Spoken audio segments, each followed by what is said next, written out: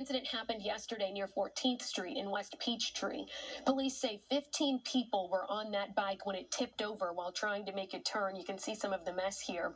All the riders were taken to the hospital for treatment. And in addition to DUI, the driver is also charged with a business permit violation. Period. And if you couldn't work, they either kill you or you died. That's it. That was it. How I survived, I don't know.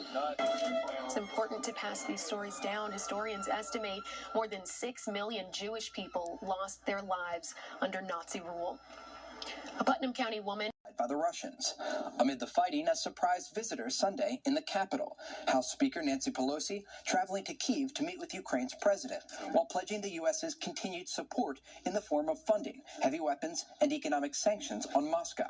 This shows that the United States today is a leader in strong support for Ukraine during the war against the aggression of the Russian Federation. And I want to thank you for that, for supporting Ukraine to defend its sovereignty and territorial integrity. You're a frontier of freedom, and that your fight is a fight for everyone.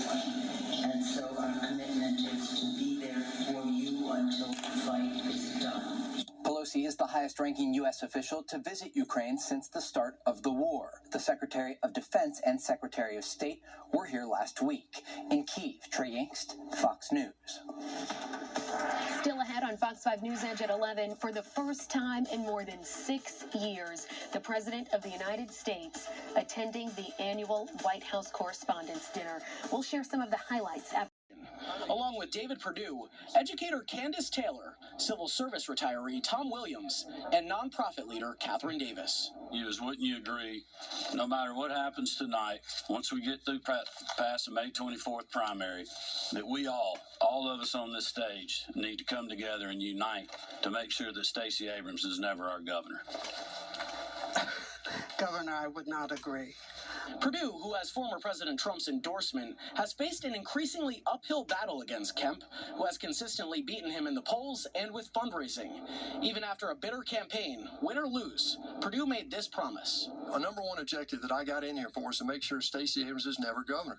So, yes, I will support whoever wins this primary. Of course I will do that. We cannot let Stacey Abrams and the woke left take over Georgia.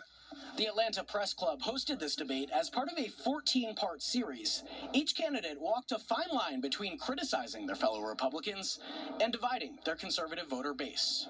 To beat Stacey Abrams in November, we need somebody with a record, and that's what I have. And it's the needs to be a good record.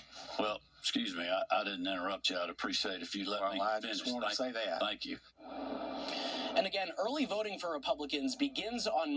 It happened last night at an apartment complex on Cleveland Avenue. And tonight we're learning more about what happened from people who were just feet away from it all. Fox 5's Joy Dukes reports. It's pretty quiet here inside Fairway Gardens apartment complex on Cleveland Avenue now, but that was not at all the case last night after gunshots rang out. Now, while Atlanta police are now investigating a shooting that happened here, some residents say they are concerned for their safety and others who live here. Caution tape inside this apartment complex on Cleveland Avenue is all that's left behind from a deadly shooting Saturday night. Atlanta police say the shooting happened just after 11:15. When officers arrived on the scene, they found 4 women with gunshot wounds and 1 man dead. It was a lady, she was crying and screaming like he gone and all this other stuff, so I was like, man. Fairway Gardens resident Marcus Holt recalled the scary moments he says he first heard the gunshots and immediately hit the floor in the apartment he shares with his mother. I really got on the ground yesterday when I heard the bullets go off because they were so close and I didn't know where they was coming from. He called it a senseless act of violence.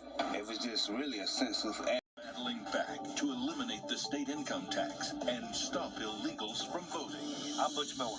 If conservatives don't stand up and fight against Joe Biden now, we're... Passengers jumped out. Deputies arrested 2 of them. They say another man got away. The driver bailed while the truck was still in gear and made a run for it. Deputies caught him too. They were able to arrest him. He's in the Coweta County Jail facing several charges. Some UPS after her own terrifying experience. She says other drivers have suggested various safety measures like panic buttons and permission to carry a weapon. I'm just hoping that we can make some move with this petition just so my brothers and sisters out here can be safe. UPS is a great company. It's just some safety measures just got to be put in play. So far, more than 1,800 people have signed that petition. Near Peachtree Corner Circle and Spalding Drive. When officers arrived, they blocked 26 cars from leaving. 68 adults were taken into custody. 20 minors were taken back to their parents. All 26 vehicles were later impounded. Police tell Fox 5 they also confiscated 5 handguns. The Gwinnett County Sheriff's Office says they wanted to send a clear message. They say these dangerous and reckless activities will not be tolerated. An off-duty APD officer was carjacked at gunpoint last night. Atlanta police say they were responding to a report of a car burglary on Moreland Avenue when they found that off-duty officer at the scene. He said that this happened while he was stopped at a red light. A man got out of another nearby car, pulled out a firearm, and demanded he get out of the car. The officer says he immediately got out and ran to a nearby business to call 911. His vehicle was later found abandoned just a few blocks down the road. APD says they're investigating.